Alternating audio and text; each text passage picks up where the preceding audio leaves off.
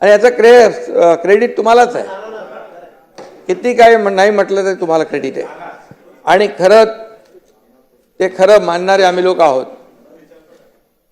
बाळासाहेबांची शिकवण आहे आणि त्यामुळे नाना आमचे खरे मित्र आहेत. मीडियासमोर काय बोलत असतील ते ठीक आहे, ते जाऊ द्या.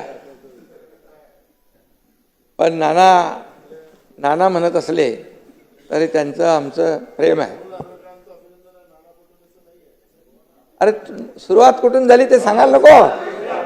सुरुवात नाना करते प्यार तुम्ही से कर बैठे, नाना करते प्यार तुम्ही से कर बैठे. आणि त्यामुळे सुरुवात कुठून झाली, आम्ही कसं आहे मूळ विसरत नाही. मूळ विसरला की तो त्यामुळे. आणि मगाशी कोणीतरी सांगितलं राहुलजी साताऱ्याचे जावई आहेत. सातारा माझा जिल्हा आहे आणि माझी जन्मभूमी आहे, त्यामुळे मला जिव्हाळा आहे त्या साताऱ्याबद्दल. 2022 मध्ये राहुलजी अध्यक्ष म्हणून आपण काम केलं आणि त्यावेळेस तो कसोटीचा काळ होता. सुप्रीम कोर्टाने आपल्यावर महत्त्वाची जबाबदारी टाकली होती आणि मगाशी म्हटल्याप्रमाणे अगदी टॉपचे वकील इकडे यायचे, काय काय या सर्व कायद्याचा किस काढायचे. आणि अशा परिस्थितीमध्ये त्याही वेळेत आपण अत्यंत सखोल अभ्यास करून सचोटीने आणि शांतपणे निर्णय दिला. किती दबाव आणला तरी सुद्धा आपण तोल ढळून न दिला, संयम आपण ठेवला आणि न्यायाचा काटा चुकीच्या बाजूला झुकत नाही हे दाखवून दिलं. आणि तो आपण घेतलेला निर्णय तो योग्यच होता, कारण आता झालेल्या निवडणुकांमध्ये देखील जनतेने तोच न्याय दिला, आपण दिलेल्या न्यायाला अनुसरून.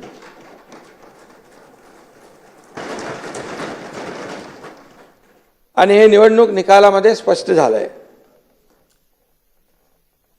शिवसेना कुणाची, त्याच्यावर आरोप प्रत्यारोप मला आठवत आहे. 2.5 वर्ष एकही दिवस असा नव्हता की सातत्याने पायरीवर बसून आरोपाच्या फैरी झडायच्या, कामकाजामध्ये सहभाग नाही आणि फक्त आरोप आणि आरोप. असा एकही दिवस गेला नाही.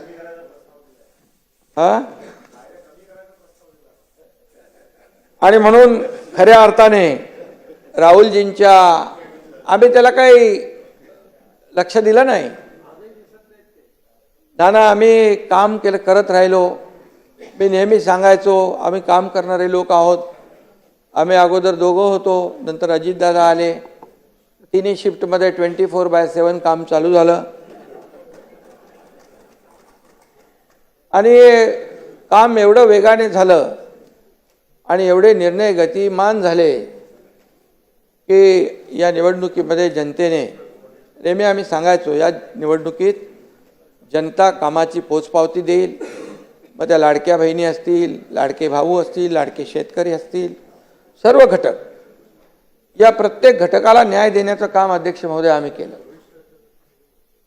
आणि आपण देखील रामशास्त्री प्रभूने बाण्याचा विजय आहे असं, म्हणजे आपण देखील अगदी रामशास्त्री प्रभूने यांच्या प्रमाणे काम केलं आणि त्यावेळेस आपण निर्णय दिला. आणि काही लोकांनी तर, वकील तर आले, पण काही लोकांनी एवढे आरोप केले आपल्यावर. काही त्यातले प्रवक्ते होते, काही विश्व प्रवक्ते होते, काही कुठले कुठले होते, काही भोंगे होते, सगळ्यांनीच आरोप केले. आणि तरी सुद्धा आपण संयम ठेवला, आपण कोणाला घाबरलं नाहीत.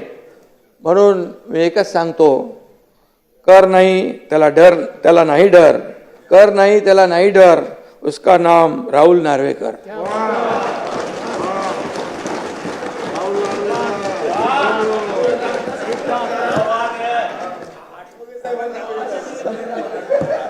आठवले साहेबांची माझी युती झाली आता. आणि खरं म्हणजे जयंतराव आहेत तर आता मजा आहे. काय जयंतराव बघा, बाळासाहेब थोरात, पृथ्वीराज बाबा गेले नाही दिसत. सभागृहाच्या बाहेर नाना वाचले 208. नाही खरं म्हणजे बघा,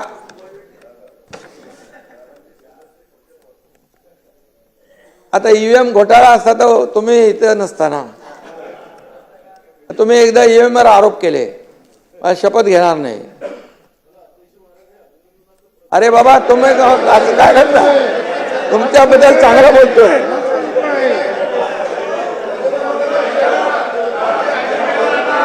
अभिनंदन.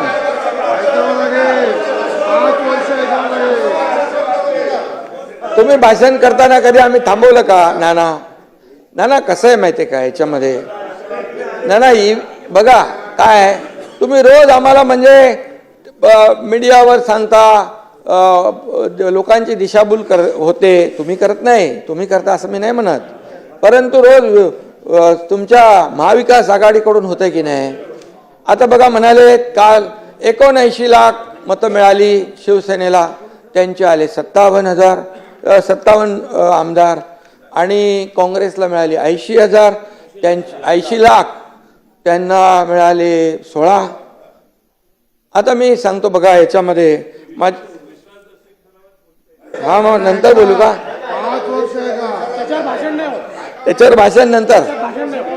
आणि म्हणून तुम्हाला सांगतो लोकसभेला नाना, लोकसभेला 73,77,674 मतं मिळाली आम्हाला. किती? 73 लाख. आणि जयंतराव आपल्याला मिळाले 58 लाख, आणि आम्हाला 7 मिळाले, तुम्हाला 8 मिळाले. मग आता आम्ही काय म्हणायचं बरं? दुसरी गोष्ट, लोकसभेमध्ये महायुतीला अध्यक्ष महोदय थोडं सांगायला पाहिजे, नाही तर लोकांमध्ये काय जे सांगतात तेच खरं मानतात. लोकसभेमध्ये यांनी लोकसभेत फेक नॅरेटिव्ह पसरवला आणि त्याचा आपल्याला फटका बसलेला आहे.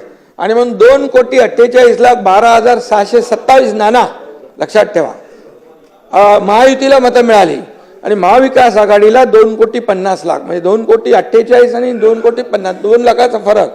तुम्हाला किती मिळाले खासदार? 31, आणि आम्हाला 17. मग तेव्हा तुम्ही का नाही मागितलं बॅलेट? बॅलेटची मागणी करायला पाहिजे होती. तेव्हा काय पाहिजे? तेव्हा म्हणाले बुलेटवर स्वार होऊन सगळे जोरात पळायला लागले. No ballot, only bullet. अरे असं हा? आणि नाना काय माहिती याच्यामध्ये, जेव्हा बघा किती शहर, किती राज्य तुम्ही जिंकली. तेलंगणा जिंकलं, कर्नाटक जिंकलं, झारखंड जिंकलं, तुम्ही लोकसभेमध्ये जागा जिंकल्या. हे कसं आहे, हरलो की ईव्हीएम वर आरोप करायचा. तर गेल्या 2.5 वर्षात तुम्ही आमच्यावर आरोप करत होता. एकनाथ शिंदे आणि आमची महायुती, देवेंद्र फडणवीस. आता तुम्ही त्या निर्जीव ईव्हीएम वर आरोप करता. आता दुसरं काय तुम्हाला मिळत नाही. आणि अध्यक्ष महोदय जेव्हा जिंकतात तेव्हा ज्यांचा म्हणजे त्यांना चांगला धडा नाही, जेव्हा त्यांचा विजय होतो त्यावेळेस ती यंत्रणा चांगली असते, लोकशाहीचा विजय असतो. मग तेव्हा लोकशाहीचा विजय म्हणतात. मग तिथे म्हणजे तिथे इलेक्शन कमिशन असेल, निवडणूक आयोग, अगदी सुप्रीम कोर्ट पण. काय परिस्थिती आहे? सुप्रीम कोर्टाचे जज मला वाटतं कधी काल परवा म्हणाले, तेव्हा तुम्ही हारता तेव्हा तुम्ही येता विरोध करायला, आरोप करायला, जिंकता तेव्हा काय येत नाही. त्यामुळे हे जे आहे नाना, हे कुठेतरी लोकशाहीमध्ये आपण लक्षात ठेवलं पाहिजे. आणि आम्हाला म्हणाले काँग्रेसच्या जागा आल्या. आता काँग्रेसने 105 जागा लढवल्या अध्यक्ष महोदय, आम्ही 80 लढवल्या. आता मतं तर त्यांना जास्ती मिळणार, पण एका मतदारसंघामध्ये जितेंद्र आव्हाड तुम्हाला 1 लाखाच्या जास्ती मताधिक्य मिळालं ना, बरं 96,000. आता मला 1.25 लाखाचं मताधिक्य मिळालं. प्रताप सरनाईकांना पण लाखाच्या वरती मिळालं. आता बघा, ह्या प्रत्येक विधानसभेच्या मतदारसंघामध्ये वेगवेगळं मार्जिन आहे. कोण 1,000 मतांनी निवडून येतो, कोण 1 लाखांनी येतो निवडून. तुम्ही ह्याचं कसं 208 येतो, 208 येतो, 208.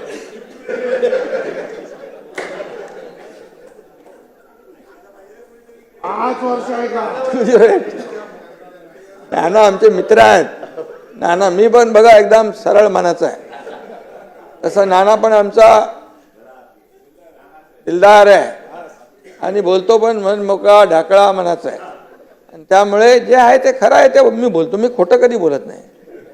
मी कधीच माझ्या आयुष्यामध्ये कधी कुणावरही खालच्या पातळीवर जाऊन आरोप केला नाही. हे काय, हे आपलं वस्तुस्थिती आहे.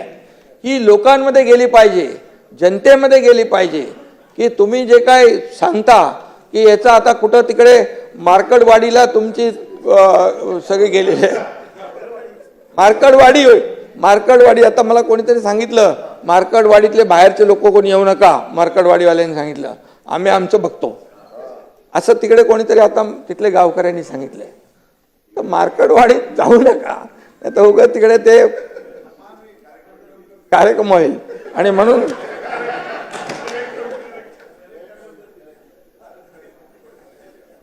म्हणून शब्दाला जागणारे लोक आम्ही आहोत.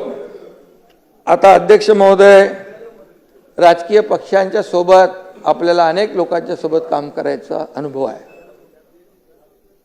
डबल ग्रॅज्युएट असलेले राहुलजी आपल्या पक्षात असावेत म्हणून सगळ्यांना वाटतं आणि कुठल्याही पक्षाला वाटणार आणि ते सगळ्याच पक्षांना हवेसे वाटतात.